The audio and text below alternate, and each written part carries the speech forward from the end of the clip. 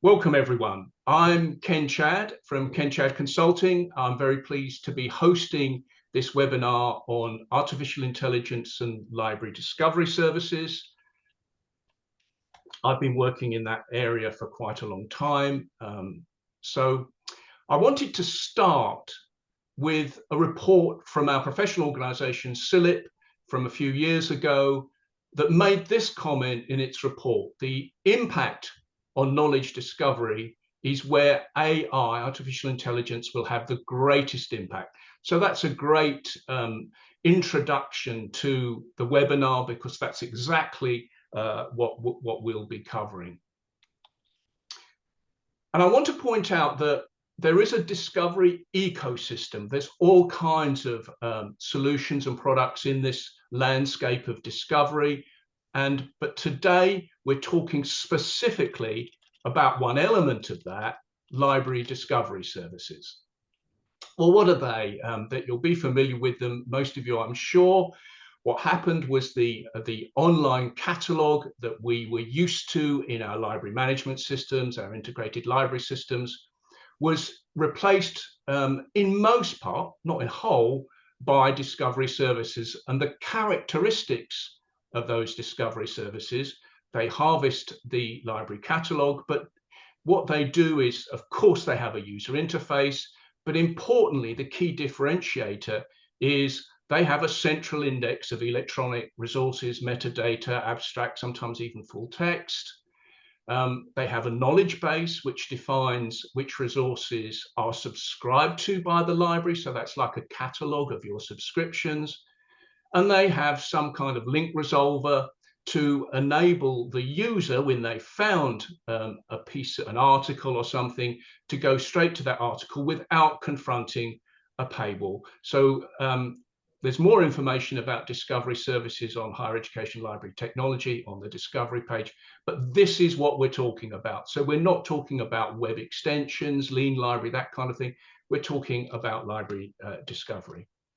The other thing that the report said, and I think this is critical for today, is it recommended for librarians that they explore the use of artificial intelligence tools and share what they learn, and for the profession to use technologies in their own work and to support information users. So there's a big push by that report to get involved. So I think this webinar represents perhaps a call to action to get involved and actually use AI in our library discovery services.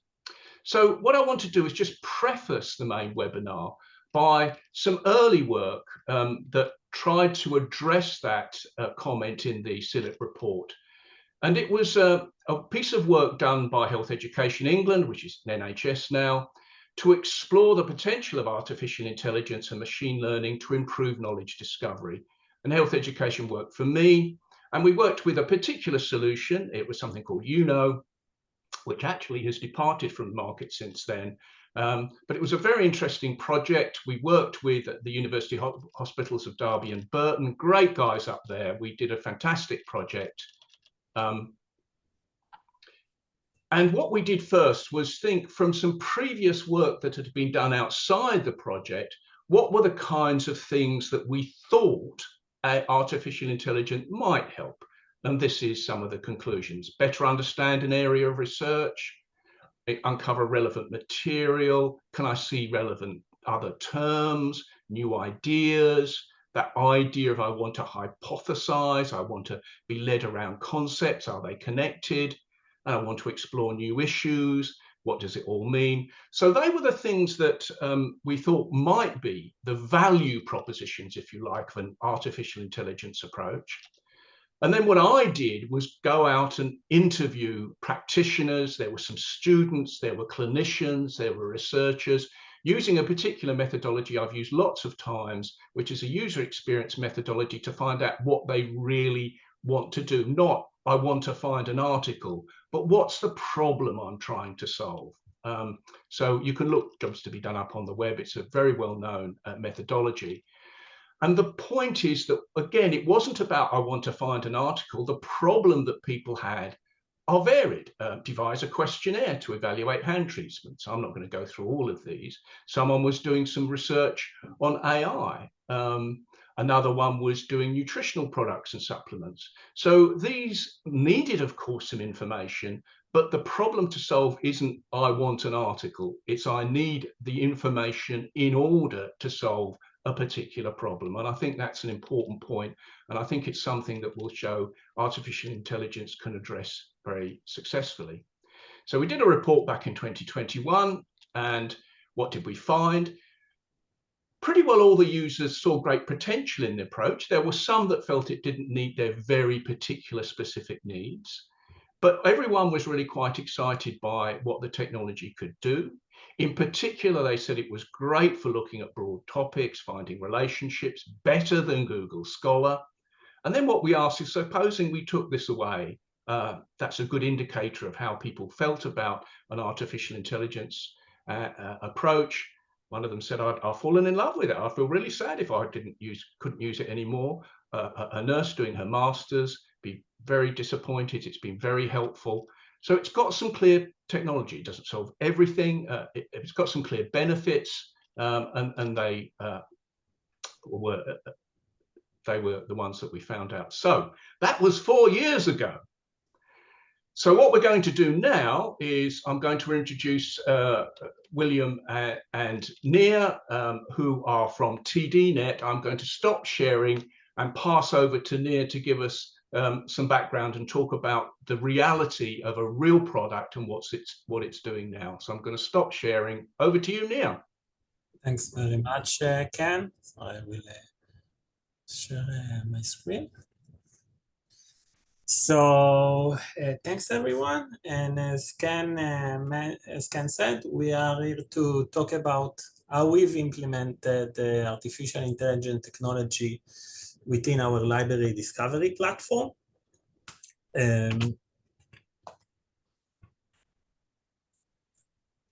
Okay, just a few words about the structure of our presentation. We will start with a very brief company overview, and then some background about TDNet AI and how it is implemented into our library discovery service. Then we will actually do a live demonstration of TDNet AI to showcase how artificial intelligence is involved in our product and enhance the research experience. And of course, we will have time for also questions. So about us, we are a software provider that develop and provide to library software solutions that combine the technology that we've developed and content resources that are integrated into our service. Our aim is to help libraries and information centers to achieve their goals, to serve their users more effectively, and ultimately drive better research and education within the organizations. We have offices in the US and in Europe to support our client base. Our flagship product that we will showcase today and how it is implemented TDNet AI is our library discovery tool, TDNet Discover. And we like to look at it as a 6-in-1 solution for libraries. Of course, it includes as a core component the discovery search that utilizes our central index. It includes also the link resolver and the A to Z catalog, which are based on our knowledge infrastructure. It also, as an add-on, built-in add-on, includes a library portal. It's based on a content management system that we've developed, and it allows librarians, without needing any special coding expertise or IT involvement, to easily create their library webpage interface where they consolidate all the library resources and services in one place, reflecting, of course, the institutional branding and style and so forth. We also provide, as part of our platform, a very comprehensive reports and statistics that includes both content resources, access to our platform, and user behavior statistics. And the aim of the report is to help libraries in the end to make more informed decisions about content acquisitions and to better understand the usage patterns within the library.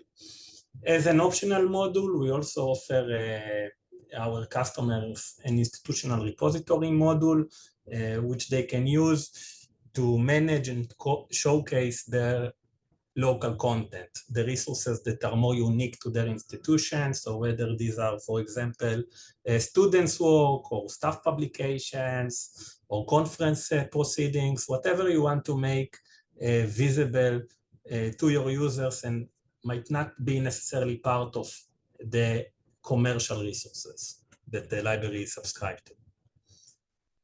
Our discovery tool, which now implements the AI technology, is a very powerful research tool that combines a wealth of content resources with our search technology. We index in our central index many different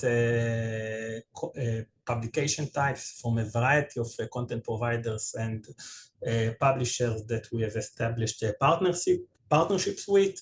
Of course, these include journal articles, but also books and book chapters, dissertation, standards, and many other types of resources. The content is being updated daily through direct feeds we set up with the publishers. Also for certain resources that are not available for indexation, more unique resources, we also are able to integrate them within the discovery experience through an APIs, for example. So these can be more specific and unique content resources such as drug databases, clinical trials, market research, news reports, and patents databases, and other type of resources that our customer might find useful, our users might find useful, but are not available generally for discovery services. We also can integrate within the discovery service your local content and unique knowledge assets, whether they are added to our institutional repository module or are hosted somewhere else. So what led us to basically develop TDNet AI? How we think TDNet AI can solve real life problems of our users. So of course the scientific field is very dynamic and constantly evolve. And one of the challenges these days is that you have a wealth of data available, but it sometimes makes it much harder to find the actual information you need. And to make the most of all the data that is available, it's critical that you have a very good search technology that ensure that your users can make the most of it. Because otherwise, it's a matter of time, it's a matter of whether you actually find the knowledge resources and whether you are able to maximize the value of the library resources and other information resources that are available. So our artificial intelligence technology that we integrate intends to do exactly that, to improve the search efficiency, to help our users to search smarter and easier, and to surface the information they need with much more efficiency. All the output, the AI output, are based on trusted and up-to-date information resources that we index. So we use artificial intelligence in a closed environment, only on curated resources indexed by our service, as opposed if you looked on other tools that integrate public tools that integrate AI, and that increases of course, the reliability and minimizes inherent risks that are with artificial intelligence technologies such as hallucinations and so forth. Our principles that guided the developments in our TDNet AI is one, of course, is transparency and reliability. So while artificial intelligence tools and generative AI can have tremendous impact, Their use in the academic environment must be done in a very transparent and safe manner. So we accomplish it by ensuring that first, all outputs, as I said, are based on trusted and curated sources, but also that any output is transparent in a way that it refers to the sources it was based upon. So if our platform, for example, generates a certain summary, the summary is fully referenced. So you can easily know from where each finding comes from and link to the sources to continue the research journey. Also, security is very important because the integration of AI cannot compromise the requirements in terms of data protection and maintaining the privacy of the users. So we use a range of legal and technology protection, of course, agreements we have in place, but also technology safeguards that we have in place to ensure that the use of artificial intelligence is within a private environment, a private instance, and there is a zero exchange of data with any public LLM models. We also constantly monitor the quality of the results and output to ensure that they actually meet the standards they need to meet.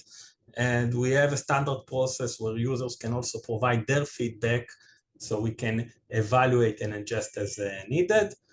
And last but not least is the user experience.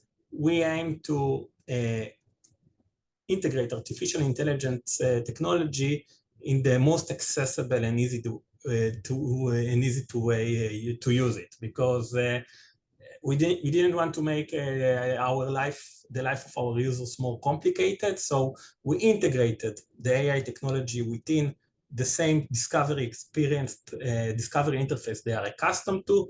So like they searched before, they use the same search bar, the same interface. They don't need to move to a different interface. It just improves the search quality and adds some features that were not available previously. So before we move to the live demonstration, I will just just describe briefly how we've implemented until now the artificial intelligence technology. One was to improve the search quality. And the search results quality. We do it mainly by leveraging natural language processing to understand the meaning and context of queries. So when a user search, he put words into the search bar, but it's not only words. There is correlation between the words in many cases, like we are talking in day-to-day. Until now, discovery service and even most of them today were largely confined to keyword matching. So they didn't really understand the meaning and context of the search, but rather rely mostly on keyword matching. What we can do now with artificial intelligence technology and natural language processing is to understand the essence of search query, thereby enabling the search engine to surface results that genuinely address the user query, not only in terms of keyword matching, but also in terms of meaning and context. And the results themselves are up to date. So when we surface top results, we generally give a boost to results that are from the last 10 years to also ensure that the results are more recent. Another way we implemented the artificial intelligence is through a summary feature. So in this case, we leverage generative AI to create insights, to create summaries that synthesize key findings from top results in a very digestible and easy and a very digestible summary that includes links and references to all the sources it was based upon. So it gives you an immediate topic overview and surface relevant information on the top of the results page. Also, we added a search suggestion feature. So sometimes users find it challenging to enter the right search queries or to find the information they need. So by analyzing the user query, our engine gives additional recommendation for additional search queries that the user might enter to guide them to related topics and streamline the discovery process. And for medical users, they can leverage our biomedical facets. Basically, this technology, what is able to do is identify medical entities within the text, within the results, and assign them under a mesh tree. So for example, if a certain article will talk about a certain disease or will mention a certain disease, then the medical entity technology will, the entity recognition will recognize that this is a disease, will create a facet, and then the user can use these facets to drill down the search. So perhaps now it will be best to actually move to a live demonstration so you can see it in action. Thank you, Nir. Let me just take control of the screen. Just bear with me a few seconds. Okay. Good afternoon, everybody. I hope you can see my screen well. So what I'll do, I'll put basically, I'll conduct a very hands-on exploration of our technology and tools. And what I'll do before that is just give an indication of this landing page. So we also provide with our discovery solution a library page. This can be customized in terms of look, feel, color, content, position of widgets, and so on. And this is on purpose a very rich one, and I've used this one just to give you an indication of all that is available. There is forms available here on the right-hand side. There is different sections, so you can customize by main subject areas your library group. So as an example, in the science and technology library, there will be a series of databases and resources and titles that are unique to that particular cluster of libraries. And in the same way, let's say me clicking on the business library, a series of resources that is purposely built around those topics.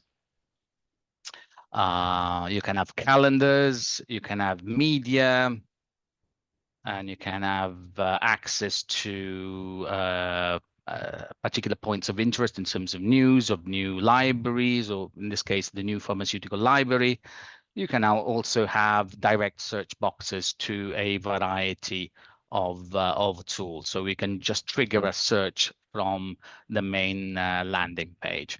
But let's now move on to the main item of our search, of our presentation.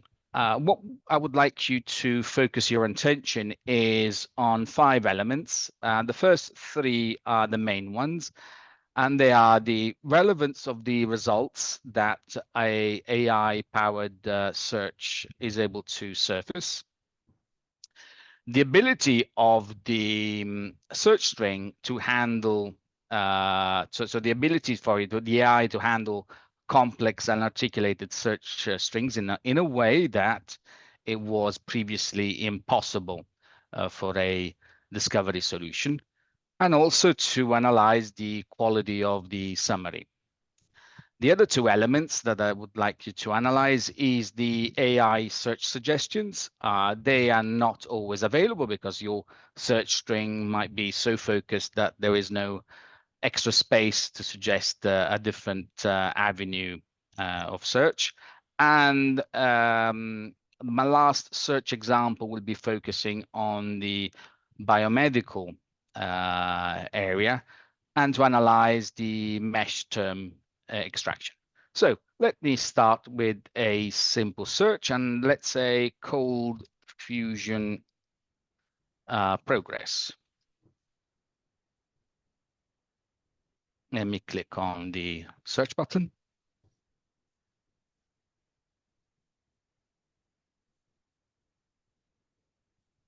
So we have given the possibility to the librarian to manage the amount of AI results. They can go from 4 to 10. In this case, I've enabled 10, and they are marked by the AI symbol on the left-hand side. Overall, in this environment, you also see from the right-hand side, I have enabled a series of external resources such as JSTOR and Jove. Let me see.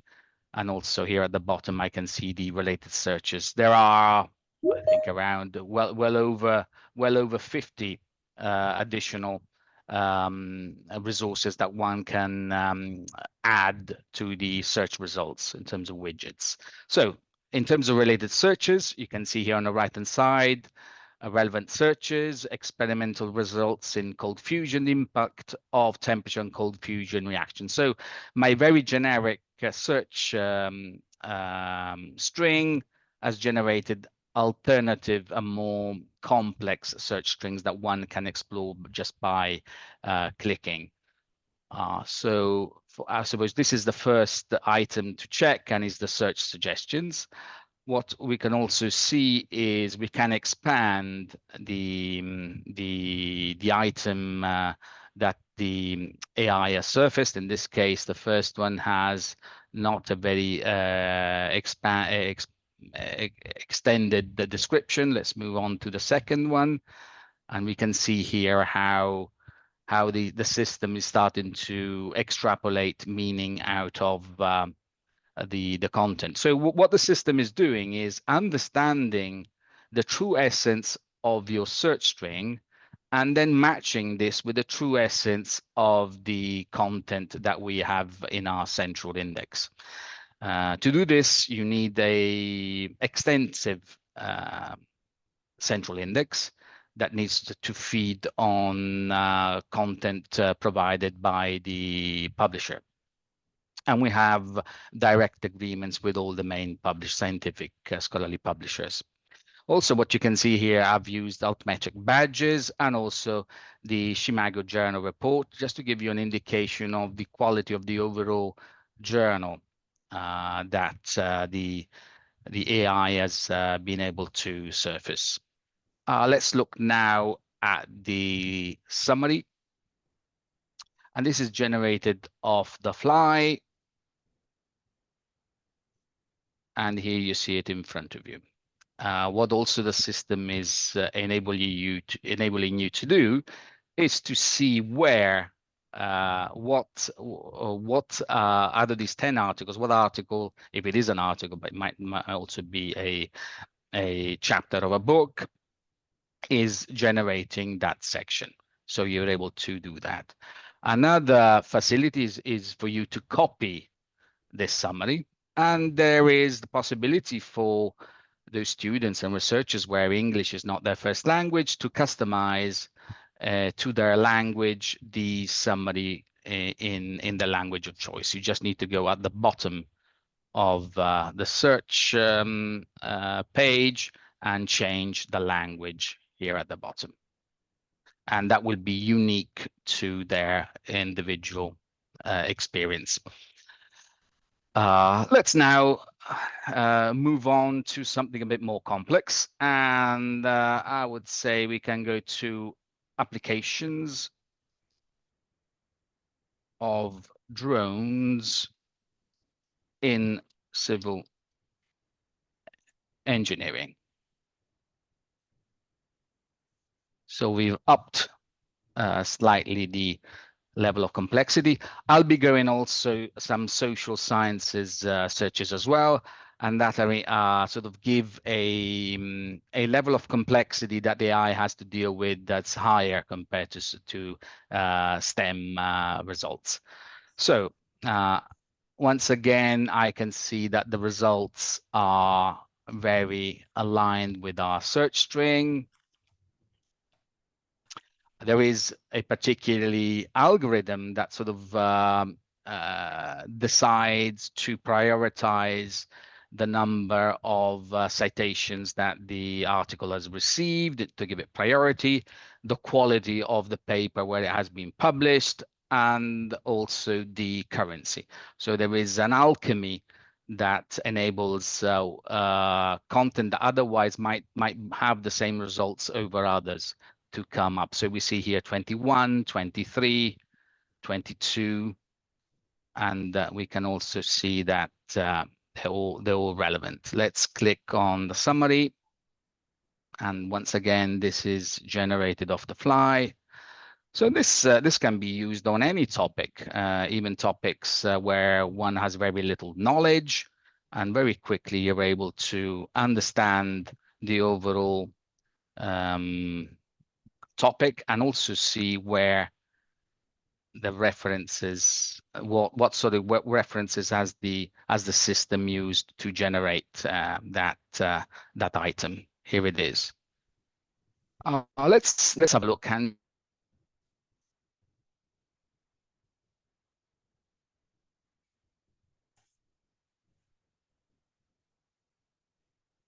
Hello.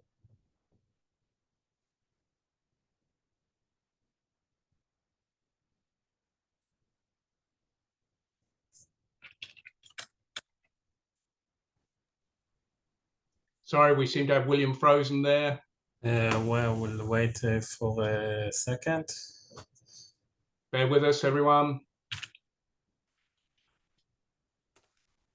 So while we wait, I've got one question in Q&A. So if you've got any questions, do pop them in the Q&A. Okay. I will answer the question in the meantime. There's a question about careful prompt engineering. So the prompt engineering is something that we do, not the question is whether it's down to the user and how they write the prompt. So the user doesn't need to write the prompt. Basically, we write the prompt when as part of our integration with the artificial intelligence tool that we are working with, to ensure that the output basically provides what we want it to provide. Okay, thanks. I think we've got William back now. Yeah. William, over to you again. William, you're muted. Here I am. I apologize for that. I was just indicating on my search on the application of drones in civil engineering. Let me use an example on a popular discovery system, and I'm doing the same search, application of drones in civil engineering. As you can see, the results are mixed. In this case, the first item is civil defense applications. The other one is relating to Malaysia only, and so on, because the system is picking examples that are sort of matching their keyword searches. So let's move on to something now a bit more complex in terms of search string, and let's see how the system manages something as complex as this search string. I'll copy and paste it to save time. And having said that, also the system is able to understand spelling mistakes and compensate for them. So medicine in ancient Rome with a focus on surgeries through paintings. So I would say that this search string in a normal environment would generate a variety of results with very little relevance. As an example, it is making this search in JSTOR, and JSTOR will in the future also have artificial intelligence, but the search string is generating a series of articles on the right hand side. As you might see, some might be relevant, the majority might not, simply because artificial intelligence is not yet being applied on JSTOR. So let's look at some of these articles. As this one, we open up the description. I can see it is relevant, and let's go back again to the summary. And the system is able to generate a summary that is coherent and gives a overall ability for the end user to understand the topic. Let's say let's now do one that is one of my, I would say, my favorites, because it truly shows the ability of this system to understand the context. So what are the positive outcomes of Great Depression in the 1930s? Now, Great Depression or depression overall is a topic that can go, a term that can go in three different directions. One, a geographical one a mental state, and one a economic one. And if you do this search in any other non-AI discovery, you will get results going in many different directions. And if probably in a academic one, the 50% of results would indicate a mental state of mind. So let's click on the summary. We also just beforehand see how the articles are absolutely relevant. So far we have been able to have articles that are absolutely relevant to this search. Let's click on summarize.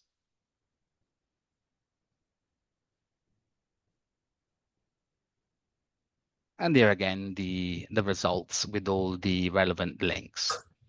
I'd like now to try to type in something still on social sciences, but with also not using an English that's not necessarily academic. So why did Ouspensky split from Gurdjieff? So this is, I've used a phrase that it's quite, I wouldn't say it's the best English, but let's see how the system is generating results. So also the system is picking content that is in in French language, because it has been able to understand the content. And let's see how, despite we don't immediately see relevance to this comparison between so the reason for Ouspensky sort of leaving Gurdjieff. Let's go and by the summarize button, we have that answer. I just like to make you think just a few seconds on how long it would have taken for your average student to understand, read the articles to get this item of information. So this is already I would say a giant leap in terms of time saving, and also to enable a sort of a faster absorption of information. And as I mentioned before, all of them have a link to the article that generated that item. So if there was a particular section of the summary that sort of needs a further explanation, the end user knows exactly where to go and expand that term. I'd like now to my penultimate search. I would like to conduct a search in the biomedical arena. And this would be, let's say, a link between gum disease and heart disease.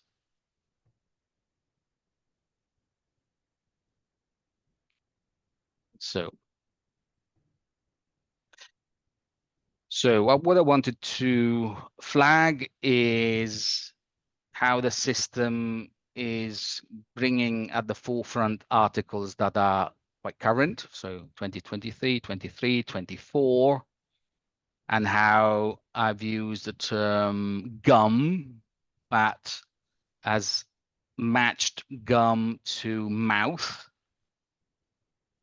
Oral health, again, it has matched it to gum, and so on. So in this case, there is already gum mentioned. Let's look at the summary.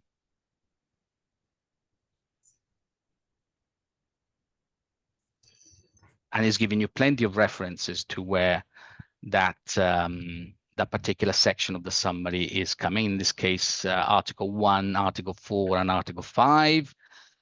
What it has also done out of how many 3,432 results, it has been able to extrapolate biomedical facets.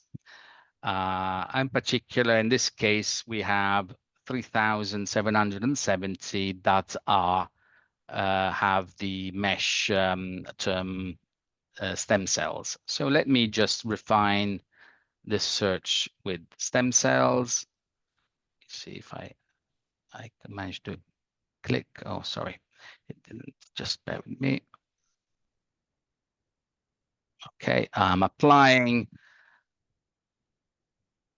And what I wanted to demonstrate is, despite the fact that we're using mesh term extraction, there might be a case where mesh terms might have not been tagged within PubMed. And I wanted to probably have a look at this first article. Just pick this one. And if we look at the abstract, we see in the area that I am highlighting here, fatal consequences of hematopoietic stem cell transplantation. So we can see that stem cell is a main item, main subject of this article. The metadata that this article came from with doesn't mention stem cells. Let's go and look at the original article in PubMed, and there is no mention of stem cells within the mesh terms that have been tagged to this item. So what the system has been able to do is to add to what mesh terms have been displayed in PubMed an extra layer. It doesn't cancel the ones that are already there. It just adds more items that are relevant. Let's look at if we did the same search in PubMed, link between gum disease and heart disease. We would see relevant articles, but one consideration is the dates of these articles. There's the first one is 22, but then 2016, 2020, 2001, 20 again. So the dates are starting in some case 2010, and having, especially in such a fast-moving scientific environment, might not be as relevant. Of course, you know, not the majority of searches in PubMed are not enable you the search of natural language in the same way, with giving you valid results in the same way that we can. But so TDNet Discover can be an alternative a tool for very complex searches. Let me go back now to our platform, and let me just now address the issue of, let's say, hallucination. What would happen if we did a crazy search?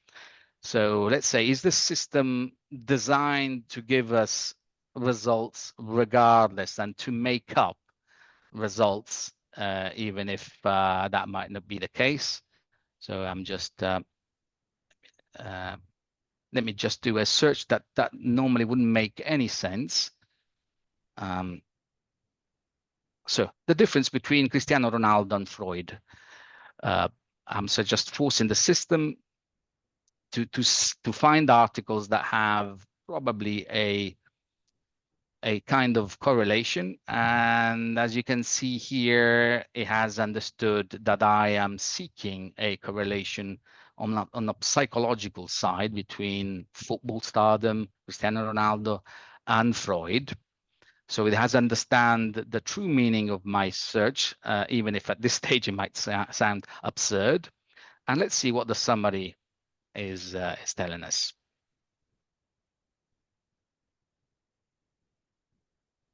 So analyzing the top results,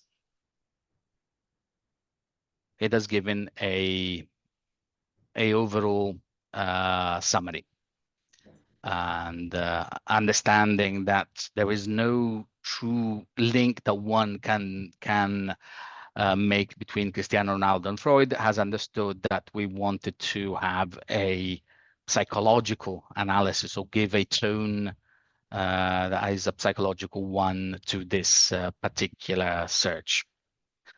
So I think I've covered some of the examples.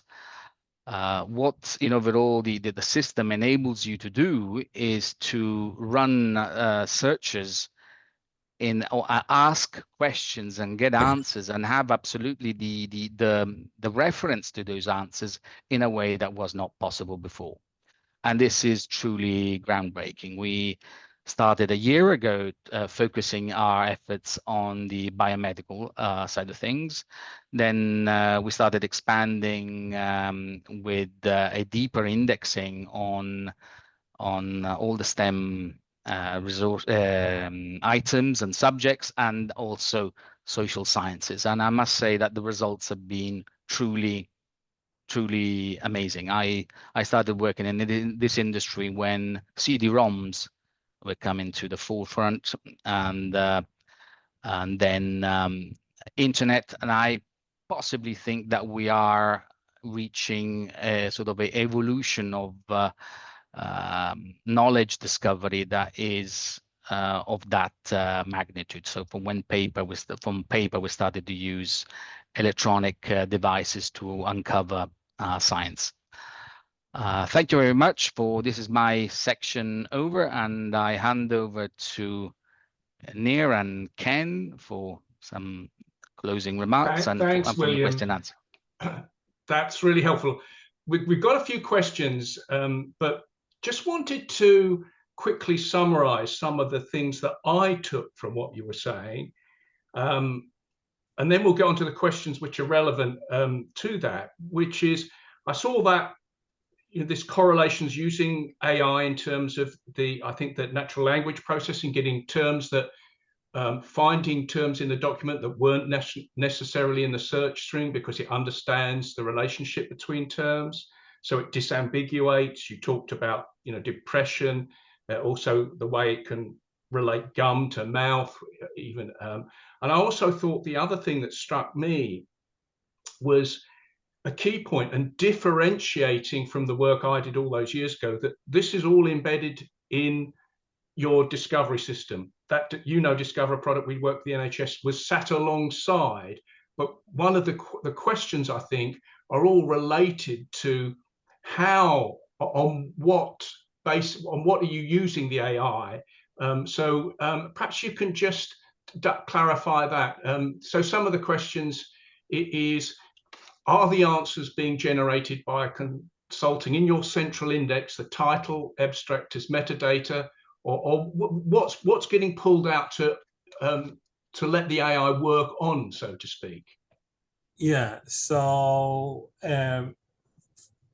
first of all, the answers are based only on resources in our central index. That's for sure, not on any outside information that from the World Wide Web, only on the scholarly resources included in our index. And currently, we are utilizing for the natural language processing the abstract information to understand the essence of the article, because our conclusion is that the essence, the true meaning, that the key subjects, the key findings of the article will be in the abstract. And the summary intends to synthesize the key findings from top results. So by looking at the abstract, we think it gives the best value to understand what is the contents and essence of the article and match it with a search query, and then synthesize and then generate a summary that synthesize the key findings from a variety of results. Yeah, that makes sense. And the other question, slightly similar, is is the AI summary, that summary, generated from only those top 10 results? William talked about how you can, librarians can select whether it's 10 or more, or less rather. So how's it working there? Yeah, so currently the library basically can select how many results to be displayed to surface by our AI engine and use it in the summary between 4 and 10.